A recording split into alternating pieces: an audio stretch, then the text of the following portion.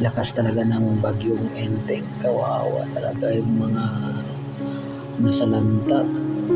Ayun, may isang barkong na sumadsad sa dalampasigan, halaki pa naman.